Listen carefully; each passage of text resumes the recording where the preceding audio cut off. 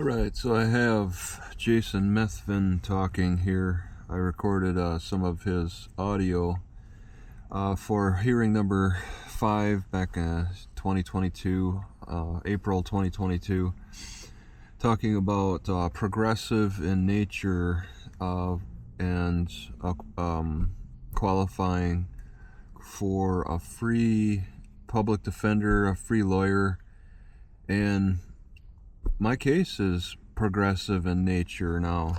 So he's arguing that I would have an increased likelihood to qualify for a public defender as I have the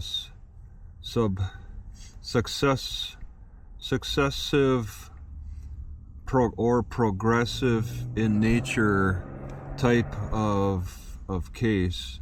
State.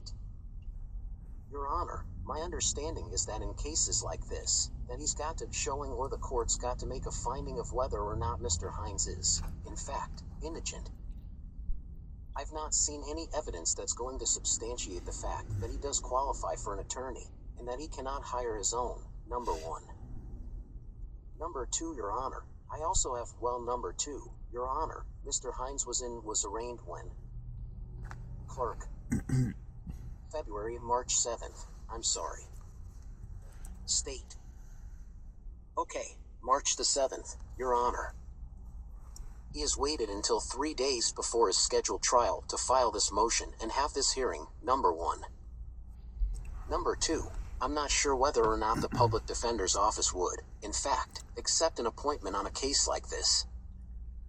I know that, normally, if it is mandatory incarceration, they do appoint. I also know that if it is successive, progressive in nature, they do appoint as well. I'm not so sure whether or not he would qualify for appointment in the first place, but, Judge, I'm not going to assume one way or the other that they are or not. I would have to defer to them as to whether or not they want to do that. I think that, from the state's perspective, Your Honor, given, I think, the nature of the charge that he has, which is resisting arrest by giving false information.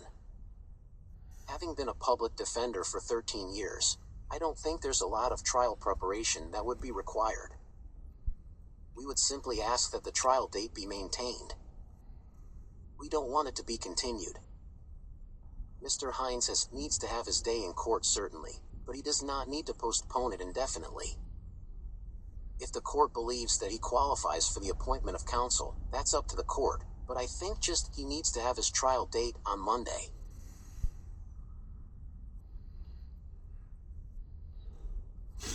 So Methvin talks about timeliness. He applied 3 days ago.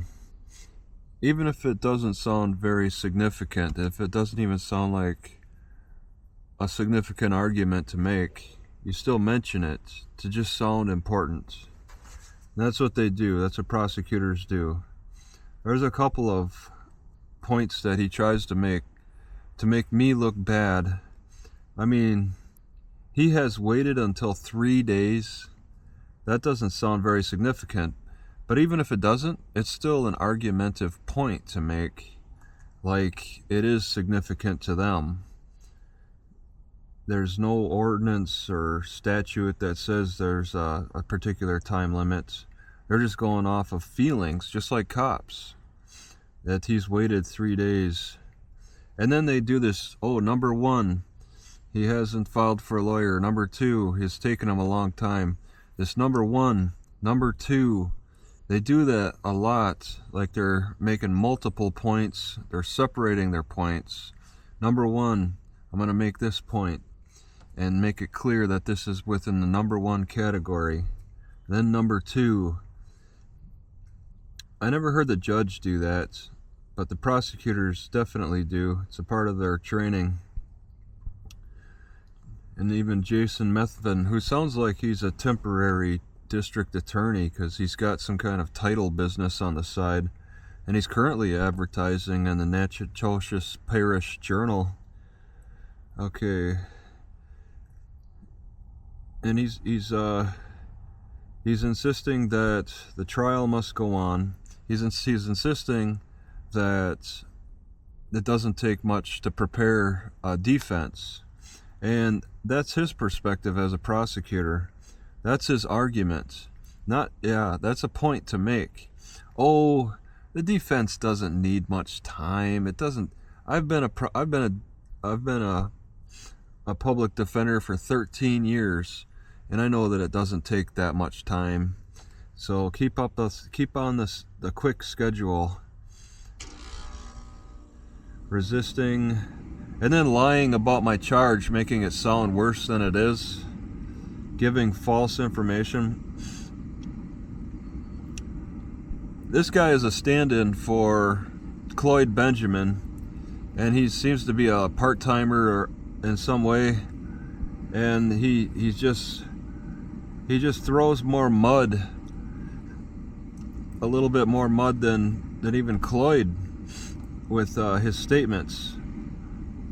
And he doesn't have, in this hearing, he doesn't have much. He only has this statement, and then it's just back and forth with me and the judge, like the judge is arguing on behalf of the prosecutor after that. It's just page after page of the judge grilling me about asking to get a free lawyer and all that, where the state doesn't have to say much. He just makes his statement and sits back and lets the judge grill me for hearing number 5. So what is progressive in nature? It seems that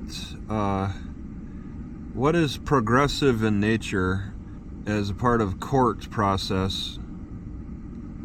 A progressive aspect of court processes could refer to reforms or changes aimed at improving fairness, efficiency, and accessibility in the legal system.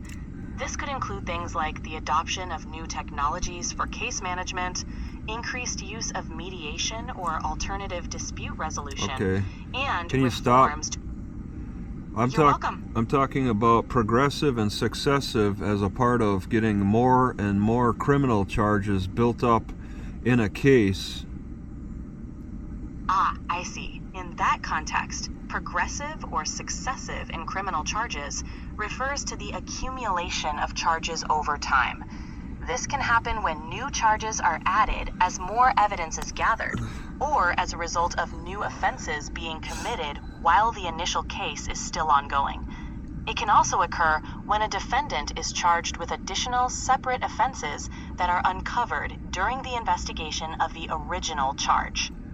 Okay, this isn't during the investigation of the original charge, but a new charge has been added to a case, which the case is involving failure to ID, and the new charge now, over 2 years later, is a charge of bail jumping. Adding a new charge like bail jumping to an existing case involving a failure to ID can be strategic for the prosecution. Bail jumping charges often arise when a person fails to appear in court or violates the conditions of their bail. If the new charge is related to an event after the original case began, it can significantly impact the case's progression and the defendant's legal strategy. Can that qualify a person for a public defender? Does that increase the chances of qualifying for a public defender? Yes, facing additional charges like bail jumping can increase the likelihood of qualifying for a public defender. The seriousness of the charges and the potential penalties involved play a role in determining eligibility. If you cannot afford an attorney, you have the right to request a public defender, and the court will assess your financial situation to determine if you qualify. So maybe the judge is just helping me out by adding an extra charge of bail jumping to help me better qualify for a public defender, right? It's an interesting perspective, but it's more likely that the judge is adding the bail jumping charge based on legal procedures and the evidence at hand. While it might incidentally increase your chances of qualifying for a public defender, the primary motivation for the new charge is likely related to the legal implications of your case. Okay, so it's not a good thing, it's separate, but it's, yeah, I can also now add that into my application for a public defender now. Yes, exactly. Having the additional charge of bail jumping strengthens your case for requesting a public defender, as it adds to the complexity and seriousness of your legal situation. Be sure to mention all charges when applying for a public defender to give a clear picture of your case. Okay, is there something in the Louisiana statutes that talk about progressive and successive charges that lead to qualifying for a public defender? Louisiana law doesn't specifically use the terms progressive or successive charges in the context of qualifying for a public defender. However, Louisiana's Indigent Defender Board guidelines generally consider the severity of the charges and the defendant's financial situation when determining eligibility for a public defender. Facing more serious or multiple charges can demonstrate the need for legal representation, especially if you can't afford to hire a private attorney. Does Louisiana have a mandatory jail sentence, and does that qualify you for a public defender? Louisiana has various mandatory jail sentences for certain offenses, especially for more serious crimes like violent felonies or repeat offenses. When it comes to qualifying for a public defender, the key factor is usually your financial situation. If you cannot afford to hire a private attorney and are facing charges that carry a potential jail sentence, you would likely qualify for a public defender in Louisiana. Okay, if my charge does not carry mandatory jail sentence, do I still qualify for a public defender? Yes, you can still qualify for a public defender even if your charge does not carry a mandatory jail sentence. The primary factor in determining eligibility for a public defender is your financial situation. If you cannot afford to hire a private attorney, you may qualify for a public defender, regardless of the specific penalties associated with your charge. Okay, why would the district attorney say that I'm not sure whether or not the public defender's office would in fact accept an appointment on a case like this? The district attorney might express uncertainty about the public defender's office accepting your case for several reasons. It could be due to ambiguity about your financial situation, the nature of the charges, or the office's current caseload. Public defender offices often have to prioritize cases based on factors like severity of charges and resource availability. The DA's comment reflects this uncertainty. Okay, so if the public defender is not available, if they're too short-staffed to provide a public defender for a defendant, does the trial still go on? If the public defender's office is unable to take on a case due to staffing or resource limitations, the court is responsible for ensuring the defendant still has legal representation. The court may appoint a private attorney to represent the defendant at no cost to them. The trial would typically be delayed until legal representation is arranged, as the right to counsel is fundamental in criminal cases. Okay, so ultimately, who has the decision to appoint a public defender or a free attorney? The public defender's office or the court?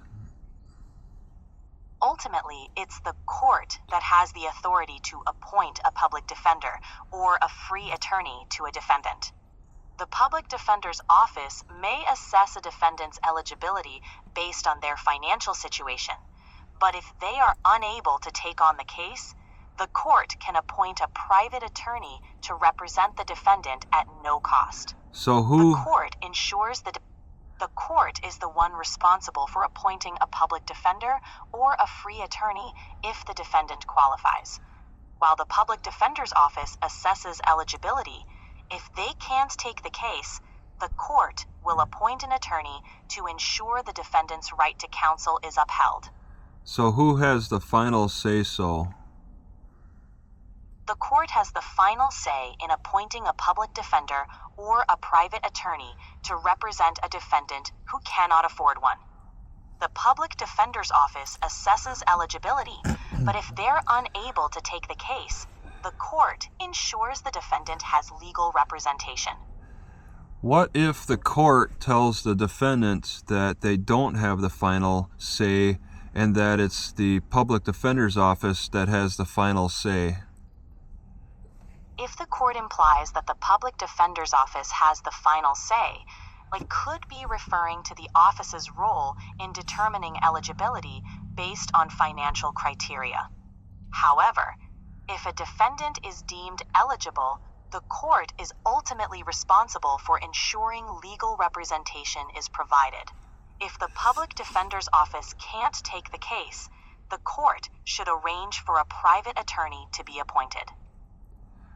Okay, and if the court then still goes through with the trial, not qualifying the defendant for a public defender or private attorney, who is that? Is there any fault with that? Yes, there would be a serious issue with that scenario. The Sixth Amendment to the U.S. Constitution guarantees the right to counsel for defendants in criminal cases. If a court proceeds with a trial without ensuring that an eligible defendant has legal representation, it could be a violation of the defendant's constitutional rights. Such a situation could be grounds for an appeal or a mistrial, depending on the circumstances. Even in Louisiana? Yes, even in Louisiana. The right to counsel is a fundamental constitutional protection under the Sixth Amendment, and it applies across all states, including Louisiana. If a defendant in Louisiana is denied legal representation despite qualifying for a public defender or court-appointed attorney, it would be a violation of their constitutional rights, potentially affecting the validity of the trial. So how am I supposed to interpret the Third Circuit Court of Appeals saying that Judge Ousley was not acting in a harmless way by denying the defendant a free attorney? When the Third Circuit Court of Appeals says that Judge Ousley was not acting in a harmless way by denying the defendant a free attorney, it suggests that the denial had a significant impact on the defendant's case. This statement implies that the lack of legal representation was not a minor or harmless error, but rather a substantial mistake that could have affected the fairness or outcome of the trial. Essentially, it means that the defendant's right to an attorney should not have been denied, and that this denial was a significant legal error. And what kind of repercussions come out of that decision that the Third Circuit Court had over the city judge, Judge Ousley? If the Third Circuit Court of Appeals found that Judge Ousley's denial of a free attorney was not harmless, it could lead to several repercussions. First, reversal of conviction. If the defendant was convicted, the conviction could be reversed, leading to a new trial where the defendant would have proper legal representation. Second, new trial. The case could be sent back to the lower court for a new trial with the instruction to provide the defendant with an attorney. Third, precedent. The decision could serve as a precedent, reinforcing the importance of a defendant's right to legal counsel and guiding lower courts in similar situations. Fourth, judicial review. Judge Ousley's actions might be subject to review or scrutiny. potentially affecting his future decisions or actions as a judge. Overall, the decision emphasizes the critical nature of the right to counsel in ensuring a fair trial.